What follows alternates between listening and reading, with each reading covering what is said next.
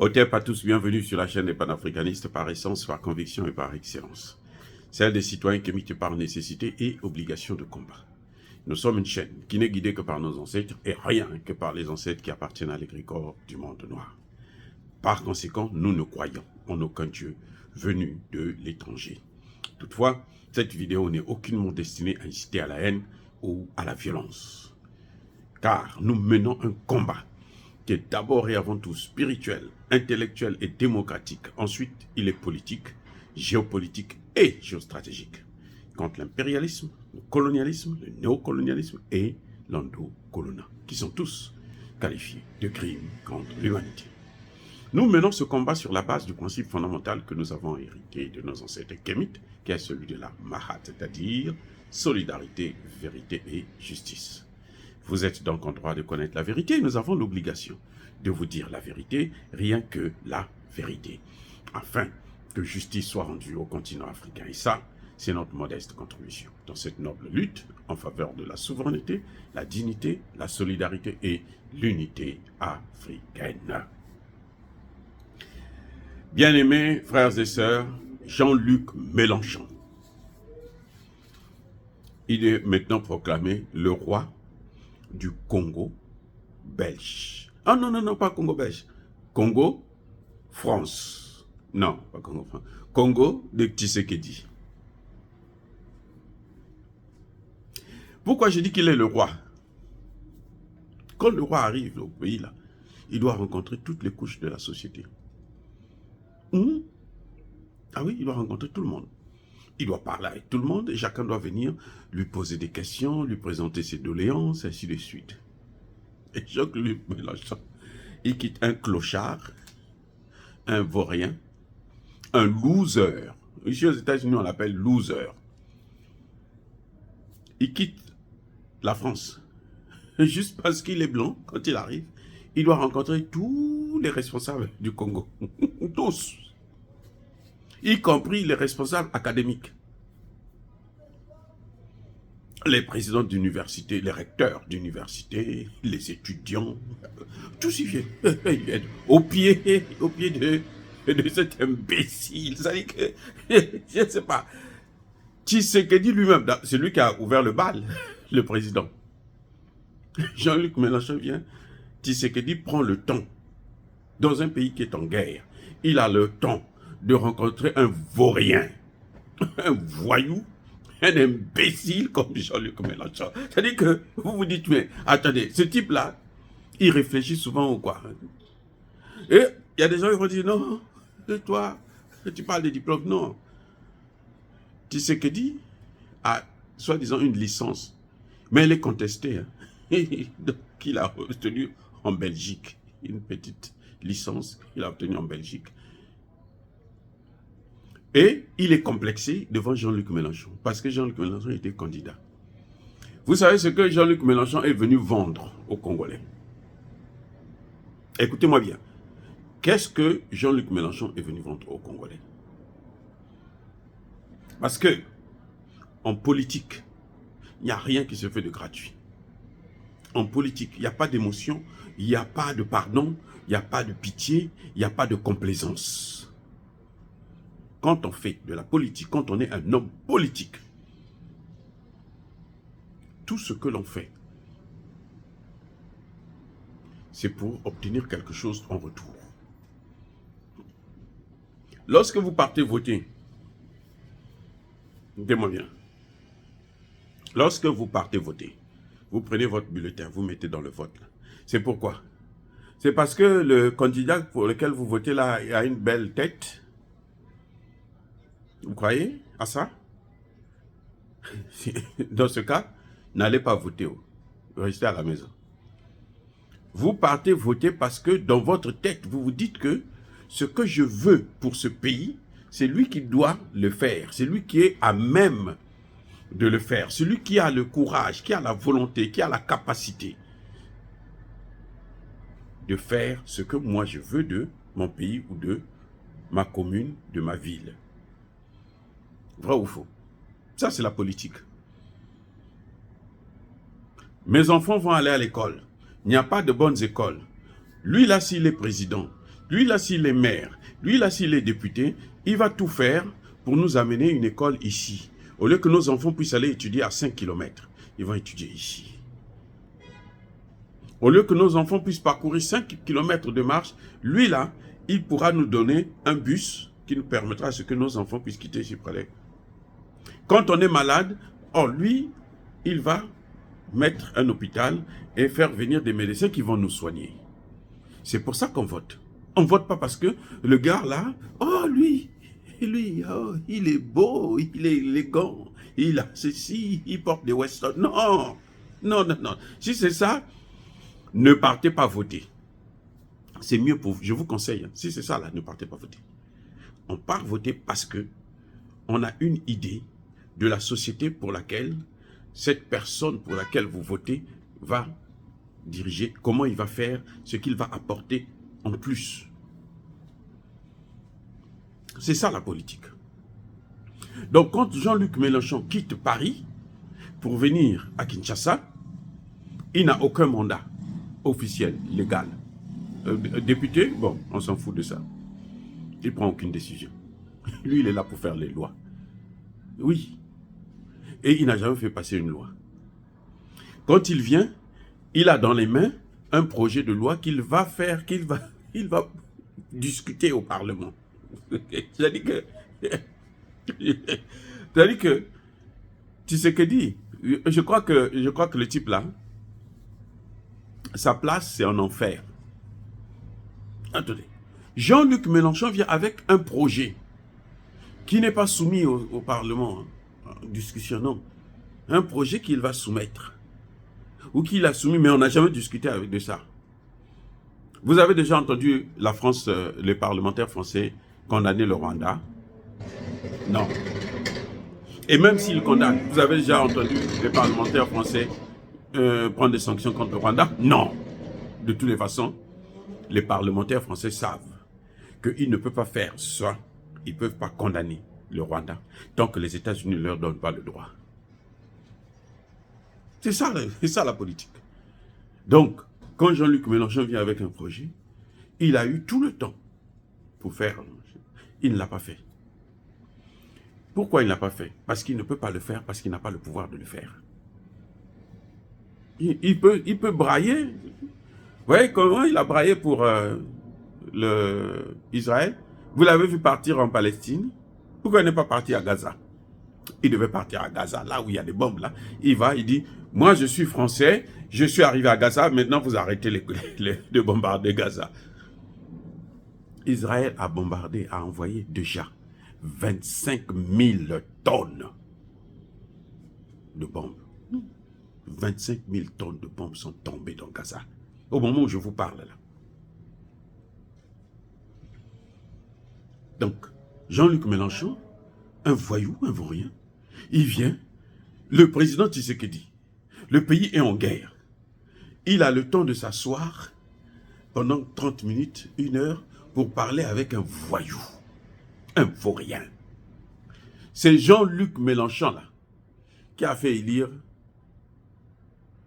l'autre, Macron. Attendez, non, je reprends.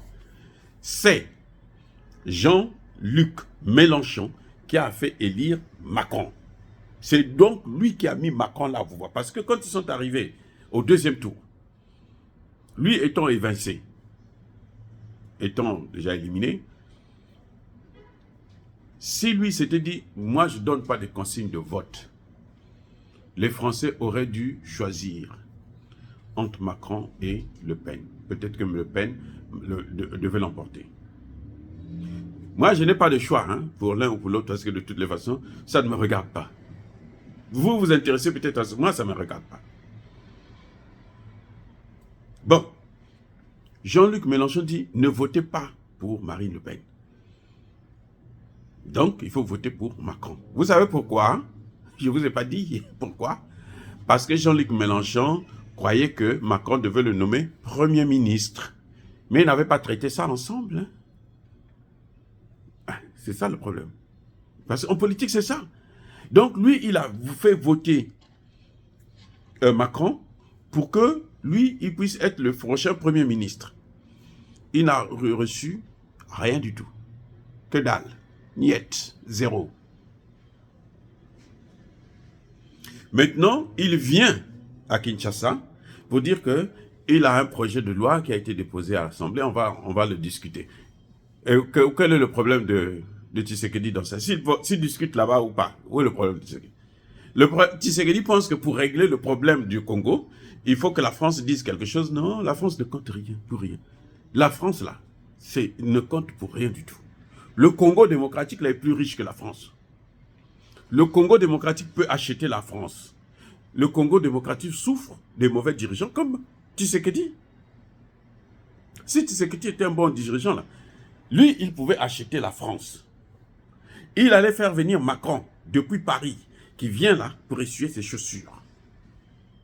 Je dis bien, si Tshisekedi était quelqu'un d'intelligent, s'il connaissait ce qu'est sa valeur, s'il n'était pas un homme de merde, s'il n'était pas idiot, il devrait utiliser Macron comme son paillasson. Je te dis bien, allez-y demander à n'importe qui. Je ne peux pas concevoir que ceux-là qui sont en train de détruire le Congo, et ils viennent avec des petits trucs, des petits papiers. Non, nous, on a ceci. Nous qui sommes ici, là. Nous. Moi, je peux quitter ici, là. Je vais à Kinshasa, là. Je ne peux même pas rencontrer le garde du corps de... Même le cuisinier de Tshisekedi, je ne peux pas le rencontrer. Personne dira, mais tu es noir, va te faire voir, là. Oui, c'est comme ça que ça se passe, la réalité. C'est un complexe d'infériorité. C'est un complexe racial. Que vous voyez ces gens-là, hein? Vous les voyez là, tous là. Ils portent des grosses vestes et tout, des machins. C'est pour ça d'ailleurs, vous avez déjà vu Tshisekedi en tissu, en pagne, venir à l'étranger là. Non. Le complexe. Ce qui est bon, c'est ce que l'autre a, pas ce que toi-même tu as. Le Congo-Kinshasa, là, il y a la crème des intellectuels, des cadres. Mobutu, on a massacré beaucoup. On a détruit. Quand je dis massacré, non pas sur le plan mortel, mais sur le plan intellectuel. Il a fait perdre beaucoup de leurs valeurs parce qu'il les a corrompus, il les a utilisés, il les a manipulés. Mais il y en a. Le Congo. C'est là où c'est au Congo que sont nées les mathématiques. C'est vrai que c'était le Congo avec K. Donc, c'était pas seulement le Congo-Kinshasa. Non, on a tous les mêmes descendants. Angola, Congo-Brazza, Congo-Kinshasa et une partie même du Gabon. Mais je veux dire que il y a la crème. C'est parce qu'on ne sait pas les utiliser. La plante pour soigner le paludisme, un thé qui a été inventé, c'est par qui? Par un Congolais, non? Un jeune, hein, qu'ils ont tué d'ailleurs. Les Français l'ont tué. Les Français, les Belges, et toute la clique là, ils l'ont tué. Parce qu'ils ont vu que mais lui là, il apporte la solution, alors que nous, la maladie, le paludisme va tuer le nombre de gens que nous voulons. Non, monsieur Tshisekedi, arrêtez. Et aux étudiants qui étaient partis écouter cet imbécile-là, moi je vous pose la question, quand vous êtes sortis de là, qu'est-ce qu'il vous a apporté de nouveau en termes de connaissances? Un étudiant. Moi, quand j'étais sur le banc de l'école, je ne partais jamais écouter les salades. Même quand on disait, le président vient, je trouve un moyen pour m'écarter pour partir chez moi. Comment? À l'époque, c'était obligatoire. Quand le président va venir, il peut venir à 15 h, vous, depuis 7 h, vous êtes là debout. Attendre. Et papa, et quand il vient, il ne vous donne même pas des bonbons, il repart. Il a fait son cinéma, il s'en va. Mais moi, je m'arrangeais toujours avec Lipsy. Et comme j'étais toujours major de ma promotion, on ne pouvait rien me faire. Parce qu'on sait que c'est le plus intelligent, vous allez faire quoi? Rien. Zéro. Donc, les étudiants qui ont participé, l'amphithéâtre, j'ai vu, les photos, l'amphithéâtre était plein. Et ils sont fiers. On est venu poser des questions à Mélenchon. Il ne peut apporter aucune solution pour vous. Même si c'était Emmanuel Macron, il ne peut apporter aucune solution pour vous. Même le pape Jean-Paul, je ne sais pas quoi, la François 5 ou 10, 50, machin, il ne peut apporter aucune solution pour vous. La solution est au Congo. Écoutez-moi bien, la solution des problèmes du Congo, elle est au Congo. Le problème du Congo, le problème fondamental, la priorité au Congo, c'est pas l'élection, c'est la fin de la guerre.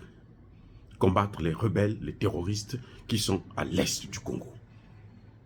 Parce que l'est du Congo, là, les Occidentaux, là, l'OTAN veut prendre ça. On utilise le Rwanda. Le Rwanda, là, Kagame aussi, c'est un pire idiot qu'on n'a jamais vu dans l'histoire du Rwanda. Plus idiot que Kagame, il n'y en a pas. Voilà ce qui est en train de se passer. Donc, vous, étudiants, vous devez savoir qu'est-ce que vous cherchez, qu'est-ce que vous voulez. La connaissance, vous ne pouvez pas l'avoir à quelqu'un qui a un niveau qui est égal au vôtre, ou même peut-être même moins. C'est pas parce qu'il est blanc, mais il n'a aucune connaissance. Vous connaissez le livre que Jean-Luc Mélenchon a écrit. Vous connaissez quelles sont les recherches que Jean-Luc Mélenchon a déjà fait dans le monde là pour présenter, pour dire que non, moi je peux venir parler aux étudiants.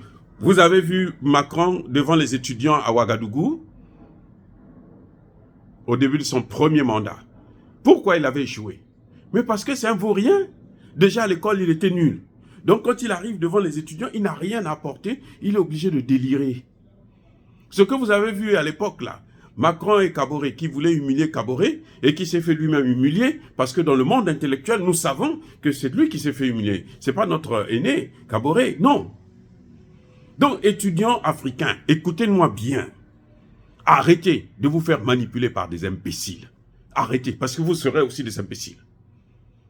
Oui, quand vous fréquentez un voleur, vous finirez par être aussi un voleur. Vous fréquentez un fumeur, un drogué, vous finirez par être aussi fumeur, drogué. Donc arrêtez, vous apprenez, non, il y a tel machin, c'est un non-événement. Même Macron, quand il est venu là-bas, c'est un non-événement. Vous voyez ce que Macron a fait? Il est venu avec Fali Ipupa, aller boire dans des petits bars là. Hein? C'est ça qu'il est venu faire. Ça, c'est la vie, c'est l'image d'un chef d'État sérieux qui se respecte. Attendez. Fali Ipupa, c'est un chanteur. Bon, congolais. Si vous voulez écouter la chanson, vous n'avez rien à faire, vous pouvez l'écouter. Mais quand il vient avec Fali Ipupa, ils vont vous apprendre quoi? Les deux, vous les mélangez tous les deux là. Ils vont apprendre quoi aux Congolais? Et quoi? Jusqu'à preuve de quoi? Il est venu, il est reparti, il a apporté quoi? Il a laissé quoi? Le Congo est toujours en guerre. Il n'y a pas de changement.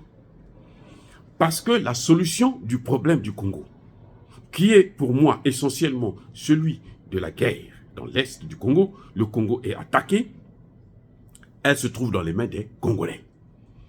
Vous avez des généraux qui sont corrompus, avec des gros ventres, des gros salaires que Tshisekedi est venu augmenter qui mieux. Et ils sont là, ils ont 10 femmes, 10 villas, ils ont des mines d'or, diamants, cobalt et autres. Ils connaissent même pas ce qu'il y a dans le sous-sol en question. Ils savent que c'est leur mine, mais ils savent pas ce qu'il y a. Ils savent pas ce que les Indiens et les Chinois viennent prendre dans leur mine à eux. Il suffit qu'on leur donne 20 000, 30 000, 50 000, et puis ils se taisent, ils se calment, ils croisent les pieds. Il sait que c'est beaucoup d'argent pour lui par rapport à la monnaie congolaise. C'est tout. Ça suffit. Jeunesse congolaise, jeunesse africaine, ne soyez pas complexés. Nous avons été dans leur pays là. Nous avons étudié avec eux là. Ils ne sont pas mieux que vous. Vous êtes beaucoup mieux qu'eux. C'est pour ça d'ailleurs qu'ils vous détestent. Le racisme là, c'est ça. C'est un complexe. C'est eux qui ont le complexe.